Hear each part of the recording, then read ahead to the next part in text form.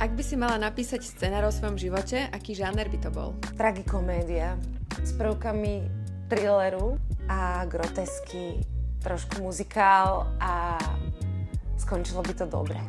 Čo je najzabavnejšia časť tvojej práce? To, že je tých prác veľa a že ich môžem striedať a tým pádom mi žiadna nepríde nudná.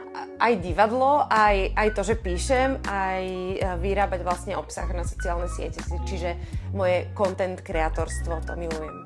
S akou hereckou postavou si sa vedela doteraz najviac stotožniť? Rusalkou z Dunajského kráľovstva Rosavou, ktorú hrám v inscenácii v DPOH Tereska Stratočas a je to ADHD Rusalka s poruchou pozornosti, hyperaktivitou a robím mlynské kola.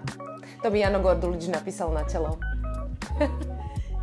Aká bola najdôležitejšia lekcia, ktorú si sa naučila ako mama? Že nemám šancu. Nie, počkaj, že naozaj je najrozumnejšie žiť pre prítomný okamih, lebo inak sa to nedá a treba sa s tým zmieriť a potom si to začať užívať. Čo je tvoje guilty pleasure? Jednoznačne nanuky, ktoré jem, keď deti zaspia, scrollovanie e-shopov, aj vášho, zbieranie bižutérie a šperkov a originálnych kúskov, ktoré si pichám do uší, nosa, alebo ich nosím na krku, na prstoch a tak rôzne.